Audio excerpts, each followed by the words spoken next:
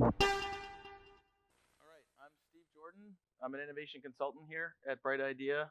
My colleague Dan, we're going to be covering some techniques from design thinking, but to try to do that in an hour is, we would admit, kind of a ridiculously impossible task. We both have backgrounds in design research, both as practitioners and trainers, as well as the rest of design thinking. So feel free to talk to us afterwards, grab our cards, whatever, after if you want to learn a bit more. But today is going to be a creative session. So we went around the room so you'd hear the companies, because you're not going to listen to us talk very long. We're going to have sticky notes. We're going to be leading you through a whole bunch of exercises. We're going to be walking around. I've got happy feet because it's the end of the session. And so why are we doing this, right? We believe that applying techniques from design thinking to better frame challenge statements is a gap. It's something we can get a lot better at, right? It's just something that if you ask the right question, you will get better ideas. You'll get on target ideas. And if we can make those customer centric statements, even better, right? But you've been hearing about corporate innovation for what, 2 straight days? And we think this is so important, asking the right question. We're kind of afraid that you're not going to remember once you leave here that this is important, that your muscle memory is going to be really lax. So we thought, how can we come up with a way that you'll remember this all the time and come back and say, did I ask the right question? In order to do that, we're going to leave corporate innovation and we're going to go to a little bit different example. So who can tell me who this is? Just shout it out. This is not a raising your hands. Okay, Frankenstein. Great. And how long? I mean, you guys probably, as long as you can remember, you've known about Frankenstein, right? Okay. How about this guy? Dracula. And Dracula is a what? Vampire. Very good. So no surprises there. But would it surprise you if I told you that both of these characters were written by guests at the same dinner party, the same week? True story. Would it surprise you if I told you that both stories are really the result of a crowdsourcing challenge? So I have your attention now. Hey. I swear this is a true story. So in order to really explain this to you, we have to take you back in time to the summer 1816. They actually called it the year without a summer in Europe. There was a volcanic explosion, and it produced incredibly coldest on record and wettest on record summers. And so near the shores of Lake Geneva, the famous poet and politician Lord Byron was staying with his physician, John William Polidori, in a rented villa. And he had some famous guests, Percy Shelley, and then Mary Shelley, who had become famous, were at their house for many dinners, and they had cabin fever because it was raining and freezing cold. So one night, Lord Byron was reading German ghost stories, and he had this idea. He challenged his crowd, these people, to go home and write their best short ghost story. And just a few days later, for the first time, Frankenstein and the vampire were read aloud for the first time. So it's a true story. We don't tell you this because innovation is supposed to be scary. What we want you to remember is that if Lord Byron had asked them to go home and write the best short love story, they're great authors, they would have done it, but the world would definitely not have Frankenstein or Dracula. So keep that in mind. And it's a great example, right? It's something that you'll remember. Asking the right question will get you better answers. And if you're an innovation program manager, you do this all the time. So the techniques from design thinking, customer-centric innovation, of course they apply no matter where you are in your innovation journey. But if you are using BI programs, if you're running solve challenges, optimize challenges, pitch events, if you are framing up a hackathon, the way you ask the question, what you ask your crowd to focus on is going to determine what types of solutions you get. So the more time you can put in to framing better questions, making sure they're more customer-centric, the better results you're going to get. And so what we're going to be doing today, it's going to be a lot of tactile, sticky notes. We're going to be taking you through ways that you can actually apply these techniques and do it, and hopefully take it home to your companies. So to get started, we'll do a very quick context setting of where we are in the overall design thinking process. You can take semesters worth of classes on design thinking. We're going to zoom in on the upfront discovery, insights, mostly design research, okay? And we'll step you through that through the categories of observations. How do you observe the world around you? assembling those into themes, translating a theme into an insight. These are two different things. And then the insights give us enough human description of our actual customer to be able to create a relevant innovation challenge statement. Something that's specific enough, that's the right question to solve for. Makes sense. Scary story instead of the love story. Right. Great. So just really briefly, why are we focused on this? Well, design thinking is getting more popular. So if you look at this Google Trend readout, tried and true methods like lean startup, crowdsourcing that we know and love, they remain tremendously popular, right? They're just like bedrocks. But as you can see, design thinking popularity in the search terms are on the rise, right? This is just from Google Trends. And there's a lot of reasons for that. You could probably overlay a focus on customer-centric innovation, and it would follow this trend.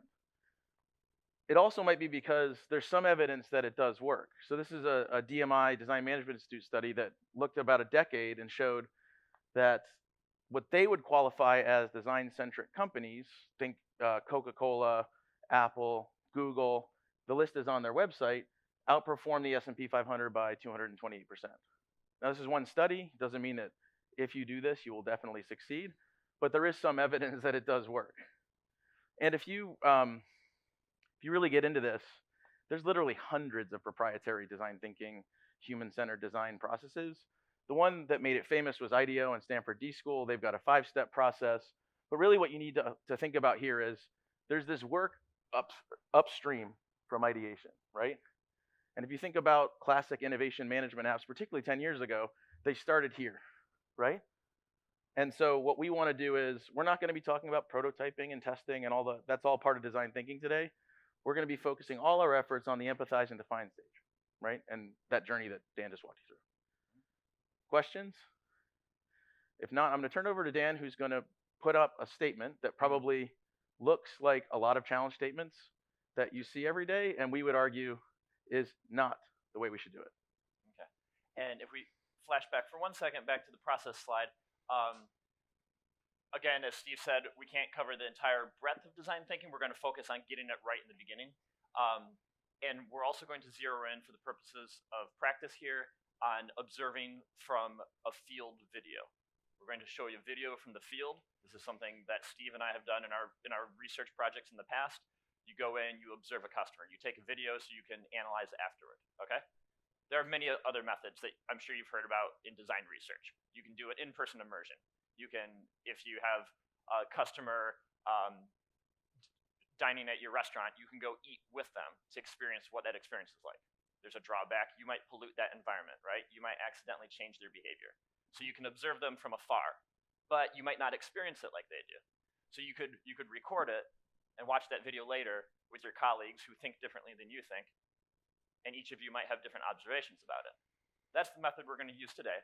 But no matter the observation method that you use, somehow you will be observing something, as we're going to walk you through. Somehow you're going to have to collect that into a theme, translate it into an insight to create a problem statement. Okay? So this is transferable to any tool in the design thinking and design research set. So, to show an anti-example of a challenge statement, this is pretty broad. If I'm in a restaurant, how can I be more like a Michelin star restaurant? Would you agree that's a pretty broad question? How many of you might have done statements like this before? I have. Okay. I think a lot of us were like mentally raising our hands, but not physically, right? Okay. Okay. So if we break it down, there's a certain customer flow. And this is my perspective. You might have a different perspective from your dining experience. But I thought, okay, usually I go out, I try to search for a restaurant, I prepare to go out. I get dressed, I arrive at that restaurant, then I order, I'm finally eating. That's one step. I'm paying the bill, which is usually a pain. I leave the restaurant, and then I have impressions afterward, and I share it with my friends. Right, so that's a pretty broad question here, because it breaks down into 8 different steps, and probably more if we thought about it, right? Many more steps. There's so many different moments that we can zoom into and problem solve. Where do we begin? So, again, about to dive into observations, and we'll show you themes, insights, challenge statement. So, with observations, With this video we're about to show, you each are going to watch it and be completely overloaded with things. You can listen to what the people say. By the way, this will be in a restaurant, okay? We're thinking that we're a aspiring Michelin star restaurant, okay? You can listen to what they're going to say. You can watch what they're doing. You can watch what people behind them are doing. You can look at the setting and the trappings of the environment. You could think about what's not there or what they don't say. Try not to think about why. Just look at what is happening. Like you are the old-time radio announcer for a baseball game. You're telling everyone what's happening on that baseball diamond. You're not the post-game analyzer, right? So take assessment and bias out of it for a second and just describe what's happening. You get to be the analyzer soon, but just not now. Yeah, just hold for a moment. And we fully expect you to be overloaded. The video is going to fly by quickly. So just observe what they're doing and how they're doing it. Look at minute details. Put a different observation on each yellow sticky note. By the end of this 5-minute video, your desktop will be filled with observations, right? So one sticky note might say, they hung up their coats. The next sticky note might say, they ordered food and were excited, right? Okay. Just the yellow sticky notes. Hold off on the colored sticky notes. And I think we covered it. Great. So, any questions before we dive in? Observations on the restaurant dining experience as if we work for the restaurant who's aspiring to be a Michelin star company. Right now, we don't know what question we want to ask, right? So by doing these observations, they will be all over the board. Once we start to do the themes, we'll start to constrain what our focus is, right? This is going to be super broad, okay?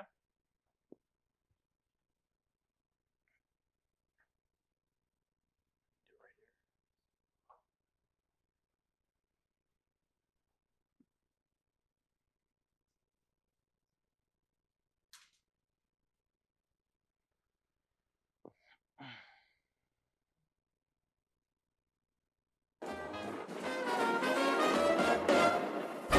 Bonsoir, ils viennent manger ici, ils ont réservé. À l'avant-cascade? Oui.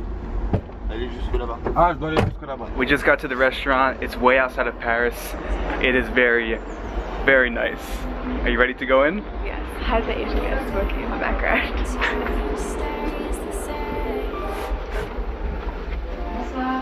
Bonsoir.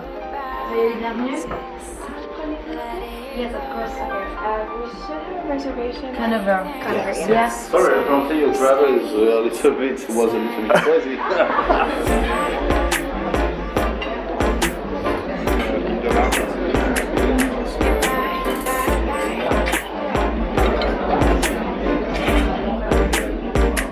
Hands down, one of the nicest places I have ever seen in my whole life. Almost something out of an old film, would you say? Did you enjoy the champagne? Very good. Yeah. Same and friends. Oh, it's a secret. Thank you so much. So we had this bread, here, show the bread, and he said he was out of this bread, and then he just comes back, he's like, oh, it's a secret. Yes, get that lobster hand. Oh my god. Oh my gosh. Look at how perfectly decrustationized that is. I've never had that, it just fell apart. Did you see that? Yeah, it just fell apart. Attends, you have a comté. Traditional cheese French, cow cheese. This one, it's crumble down, sorbet of lime, sorbet of lemon, and candied zest to accommodate. And I had a toffee perfume with vanilla. Smell the sauce that he just poured on. Do you smell that? Oh my god. We're still at the restaurant, and apparently there's an EDM music concert happening right over there. Well, Jessica's Instagramming this. She's actually been taking pictures of every single meal we've had in France to kind of compile one big just. What do you want to do with all the pictures? I don't know, I figure you can put on a blog. Yeah, like I'll do a blog post with all the food that we've had in France. Well, but all Eric's food, because some of my food has just been salads, and that's not really that exciting. yeah, that's true. A lot of my food though is the presentation. I mean, you've seen in the videos, but there's a concert going on right now, like a really loud, like EDM music crazy festival. And Jessica was saying this is it's a what? A 1 Michelin star? Yeah. So apparently this restaurant is it's a very amazing restaurant. Normally it's packed. Right now, it's pretty much empty. A Michelin star restaurant, it's a Michelin star restaurant, it's never really empty. And the only reason I think that we were able to get reservations through the tourism board is because of this festival. At the same time, it's a godsend because we were actually able to come here. Like, who knows if we would have been able to come here. Yeah, and you know what? This was so unexpected because, like I said earlier, we have an itinerary of things to do while we're in France through the tourism board, but we had no clue that this was on the itinerary. This is above and beyond anything that we've ever even experienced. Like, this is. What do you have to say about this? Excuse me, sir. We want to take a picture for. Thank you, sir. Thank you so much. Everything was good? Excellent. Yes? Amazing. Perfect. We loved it. I don't really think it hit me what Michelin star tasted like. The food in Paris so far, just the layers, and that chefs are artists. The chefs in Paris are chef artists. It's very interesting too because you go to somewhere like New York, it's in and out, in and out, in and out as fast as they can to get as many people as they can to make as much money as they can. And a lot of times, you have one chef who's an artist and who comes up with this stuff, but then it's other people executing that and they don't have that same passion. Whereas here, everybody from the guy who scrapes the crumbs off of your table to the person cooking your meals and plating your meals is passionate about doing their job, and it's amazing to be able to have an experience like that. It's crazy how, like last night we went from drinking cheap beers at the Seine to tonight doing something like this. Though. No, but I'm just saying, like, Paris has so much to offer. You know what I mean? Yeah, it does. It does. But we're gonna get some sleep because tomorrow we're up early. Tomorrow is Jessica's day.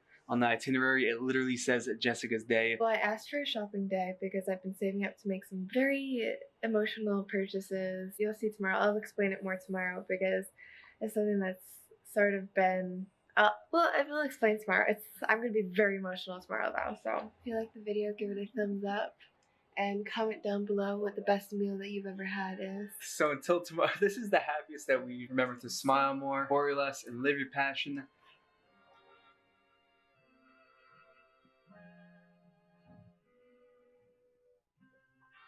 No judging the people.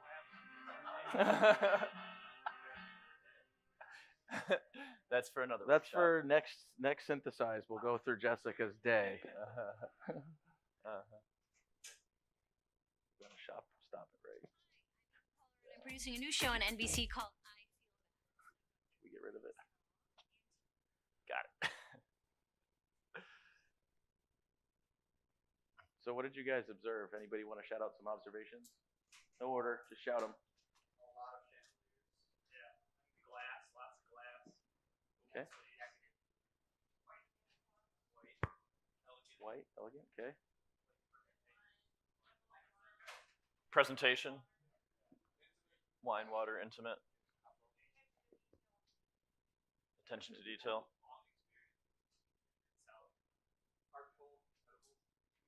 Okay. Excellent service. They got lucky. Okay, so shout out a few more feelings and reactions that you heard. Surprise, delight, happy. Best meal ever, amazing food. Empty restaurant, expectation. Okay. Great.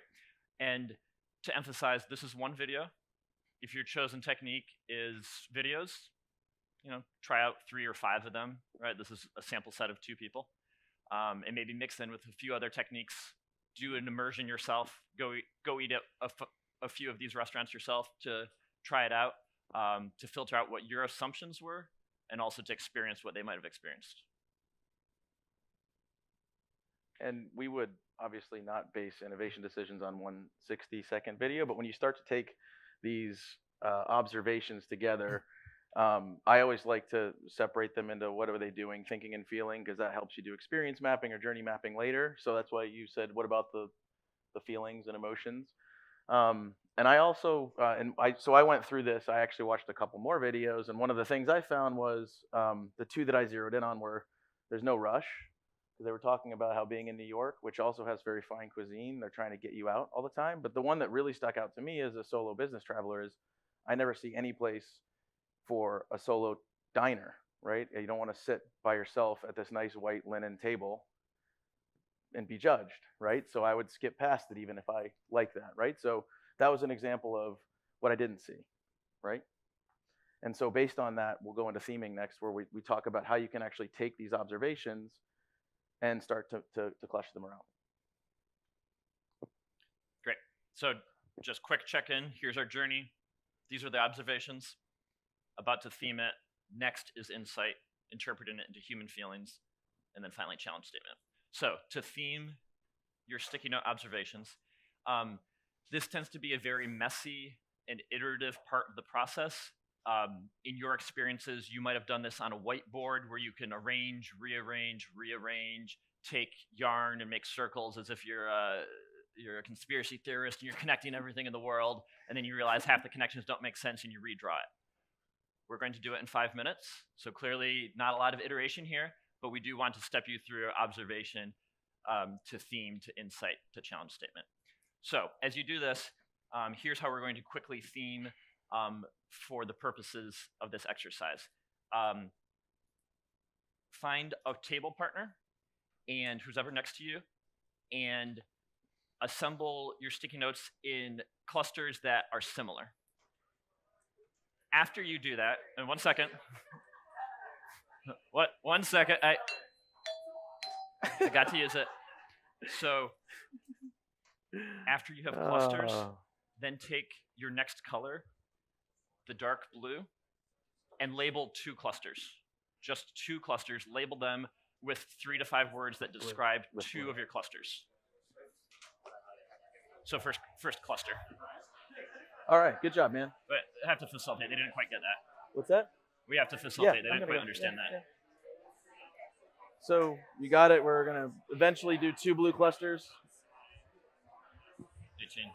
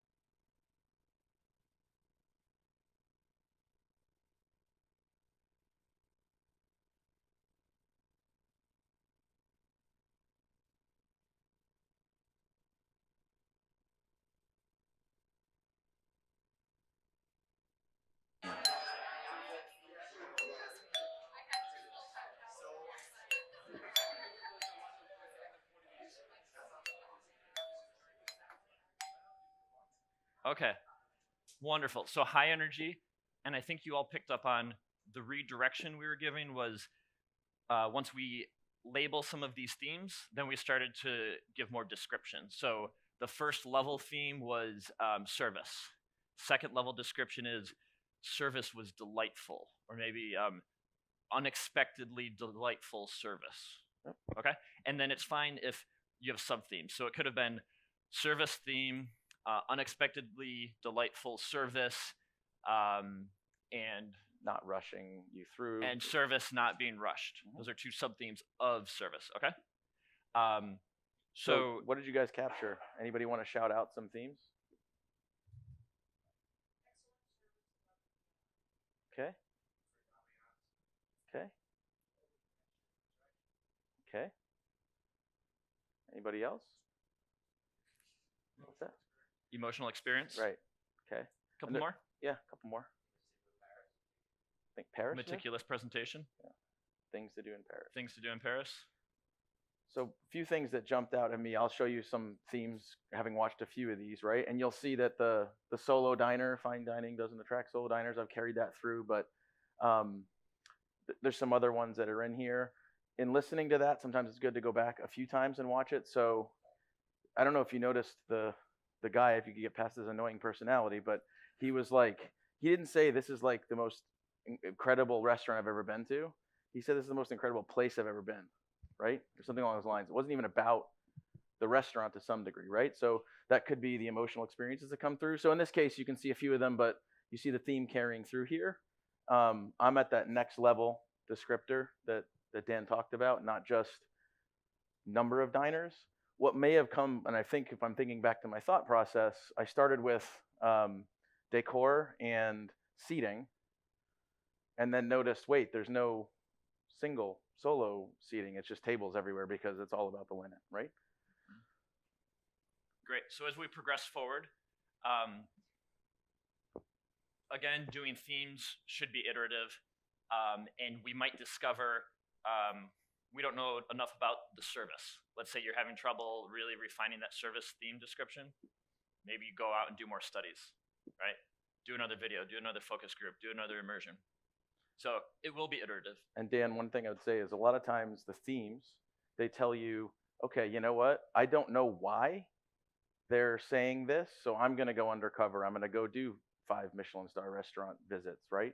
Because I want to understand it better myself. That's just another technique. Awesome. So now insights. What's the difference between theme and insight?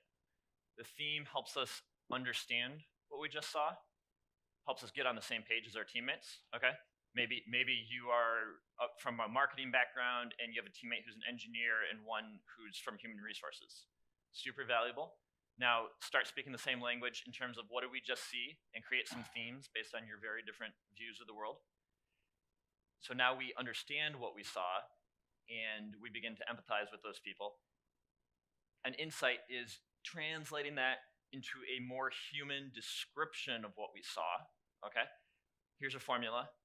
In the voice of the customer, the diner, I perform a certain action because of a reason. However, there's a remaining tension, right? You can kind of see where this is going. After this, we'll do the problem statement to solve that tension. Not yet, okay? So actually flip to the example. So to help you out, because that's a little complex. Example, I action. I love fine dining, or I go out, I eat at fine dining restaurants because I appreciate world-class cuisine and presentation. We're trying to get in their head, okay? However, when I'm eating alone so much, I end up at bars because I feel self-conscious eating alone in a Michelin star restaurant, right? And has nothing to do with bourbon or liking drinks. It's just yeah. Keep telling yourself. Okay. So now we're really trying to get into the head of why do they do something and what issue remains to be solved. Okay. It might involve a little bit of speculation right here since we don't have time to go back to the field and do more iterative study. Okay. So it's fine if you need to speculate for this study. And before we jump into it, just wanted to point out a customer that you saw yesterday. One of their R&D heads, I heard him once say it. The quote was either, Insights are the keys to the kingdom or the crown jewels of the company, and they guard it almost more than intellectual property. Because as a CPG company, a lot of the products and the classes are the same. And they said if we don't understand the true motivations and true latent needs of our customers better than the competition, if we can't see them through that lens, we can't win. So a lot of companies, how many people here actually, we should ask this, use insights or do insight statements? 2, 3. But you probably have customer insights groups or consumer market knowledge groups. You're kind of like, they do insights, right? Maybe? Maybe. Okay.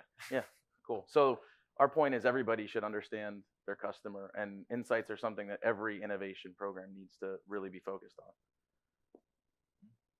Great. So instructions here, speak in the voice of the customer, first person, as if you're that man or that woman, okay? And describe some sort of feeling, okay? Don't generalize. Don't think about most people who eat at Michelin star restaurants. Think about this person you saw, okay? And then, and to be able to focus and get through in 5 minutes, just select 2 of your dark blue sticky notes. Just take 2 of your themes and translate them each into an insight, okay? I think if we had a few hours, we might do insights for all of these and then iterate and then iterate and then down select and then choose 3 of them, iterate again, and finally choose 1. This is the quick version. Okay, so everybody clear? With your partners, choose 2 dark blue stickies, translate them. Yeah, they've got 2, so they'll do 2. Although these guys overperformed with 4. Okay. Just a different color, whichever one you haven't different used. color. Sorry, I'm colorblind, so Yeah, use your I hate different these color. exercises.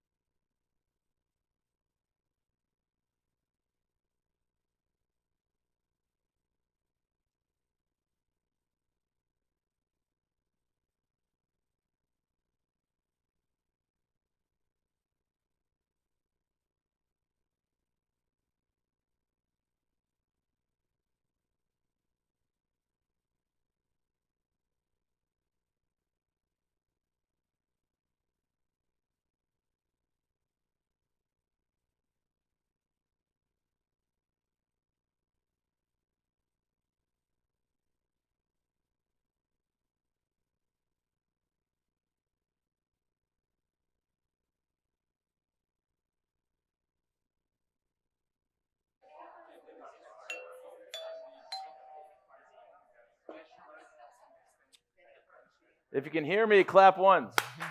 All right, I'm not going to do that. Sorry, that was enough. Okay, so in terms of insights readouts, anybody want to share them? I think maybe we'll try to get one from everybody if you can do it fast. You don't have to.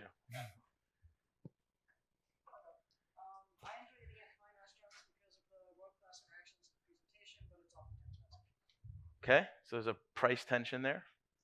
I enjoy fine dining because it's an experience to participate in multiple destinations. However, there are none in my vicinity. Okay, so it's an accessibility, and sorry, I forgot about the mics. We're gonna give you guys mics now for the recording.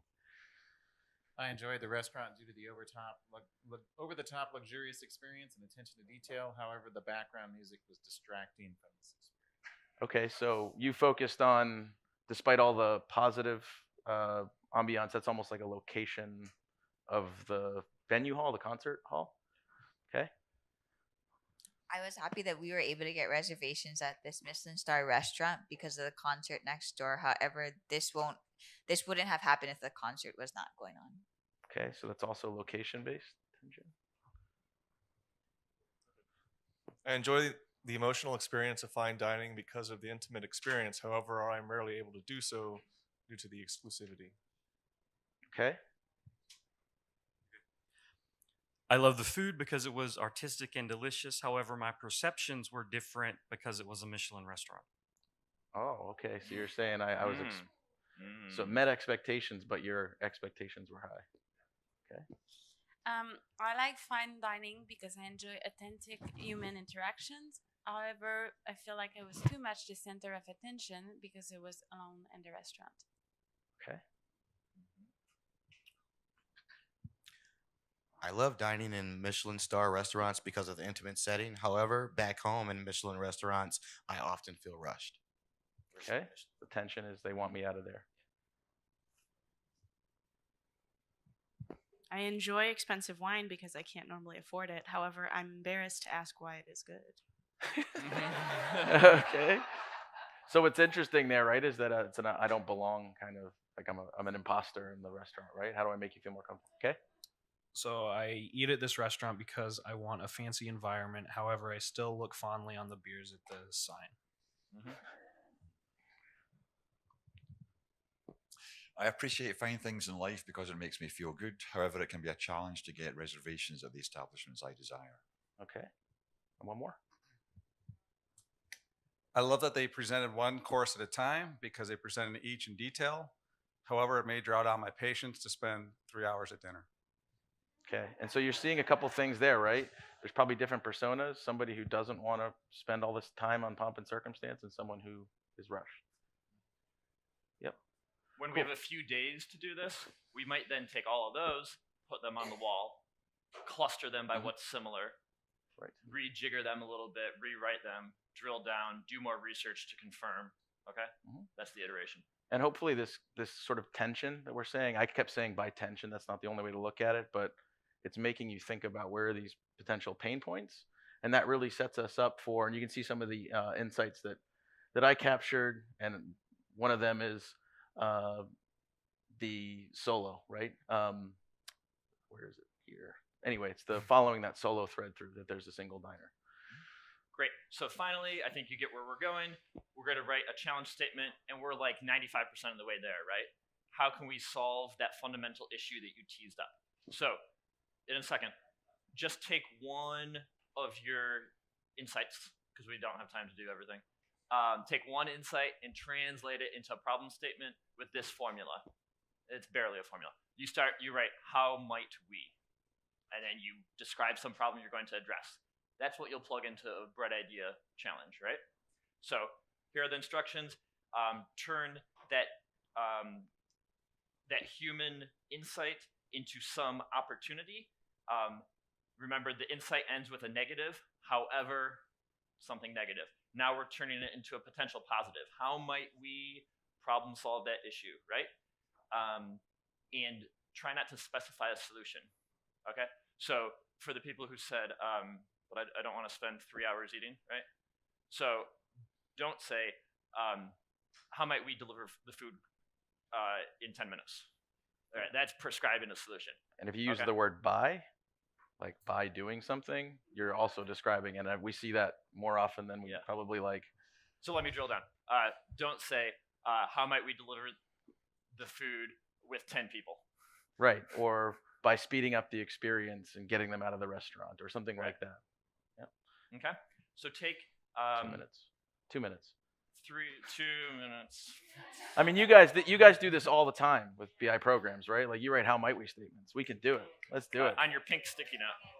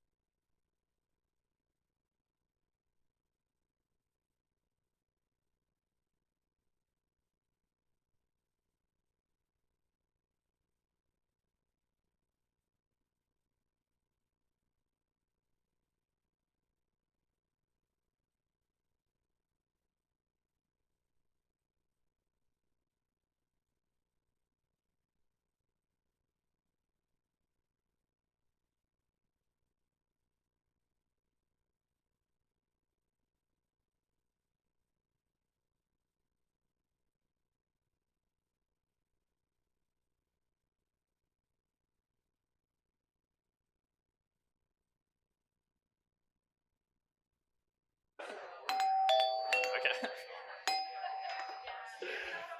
So, all right, great. You guys probably, there was a little bit of a struggle. Just to give one example, we heard multiple insights. One person wanted to not be, staying there for 5 hours. We heard other people saying, I'm not rushed.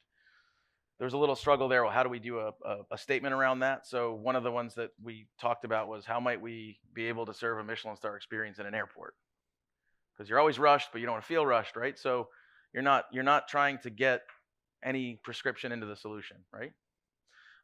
So you can see in the one that I did, how might we create a fine dining experience for the solo guest? That was the rough one. And then what do? You can spin up an optimized challenge, right? And so we've written a challenge brief, and we made it a little bit sexier than that quote on the sticky note, bringing a Michelin star experience to solo diners, putting some descriptions in there. We'd probably have tabs that explain the problem, maybe even link to some videos. So the first statement that I read in the beginning was, how can we be more like a Michelin star restaurant? And then what Steve wrote after doing observation and themes and insights was, how might we bring the Michelin star experience to solo diners to capture blah, blah, blah. Okay, so more descriptive, more fine-tuned. Right, and then an idea comes in. You have no idea. So mine was bringing Michelin star to the bar, right? And that's one idea that can get evaluated, and hopefully you get hundreds of ideas that you can then move through the pipeline. But now we know you didn't ask me for everything. You asked me about the solo diner. And all my ideas, I'll get dozens and dozens or hundreds of ideas around that one problem. So, I'm sorry, question? Oh, okay. Yeah, it's focused and it's also targeted on what we know is a pain point from our customers, right? We're solving for attention and we're trying to use the power of crowdsourcing to go out and do that, right? The power of the crowd. And so just circling back, as I said, you guys do this all the time. My sense is many of you are using Optimize app, the Solve app, right? You're using BI programs. This can make you much more effective. If you are looking to learn more about how do you manage insights, there are people who actually crowdsource insights and evaluate those. So the same way you can take an idea and figure out whether it's something that should be approved or funded, you can do the same thing with potential insights. And so if you want to learn more about, has anybody here used Understand? Yeah? Okay, not many people. So if you want, the rocket scientists are still out there. They can walk you through the app. We also have handouts at your table that you can take. So whether you're trying to crowdsource insights, crowdsource research and findings like we did today, or if you're trying to do an insight library, insight nursery, right, where everybody in the company can see the approved insights to help them with their ideation and help them with their innovation efforts, definitely worth checking out. Remember, it works, right? There's some empirical evidence that this does work. It's hard. Somebody said this is hard. This is like a struggle, and we only just spent an hour on it. Imagine spending weeks. But there's a payoff, right? There's a reason this does work. So please, thank you guys for coming. Rate the session. Hopefully you had fun.